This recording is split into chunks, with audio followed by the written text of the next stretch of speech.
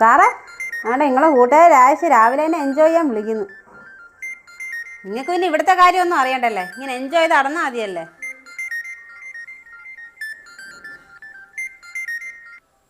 Hello, പറഞ്ഞോളേ. എപ്പോഴാ ആണോ? ഒരു മിനിറ്റ്, ഞാൻ ഇപ്പം പറയാം. എടി, അവൻ ചോദിക്കുക അവർ ഒരു ദിവസം ട്രിപ്പിന് പോകുന്നു, ചെല്ലാവോന്ന്.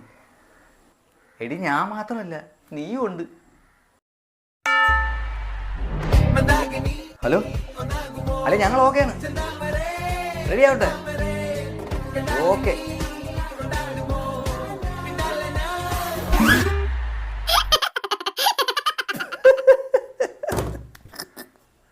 അയ്യോ,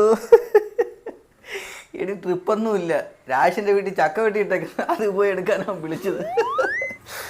എൻ്റെ പൊന്നു മക്കളെ, നിങ്ങൾ അമ്മയ്ക്കൊരു പണി കൊടുക്കാൻ വേണ്ടിയല്ലേ ഞാൻ ഈ പറഞ്ഞത്.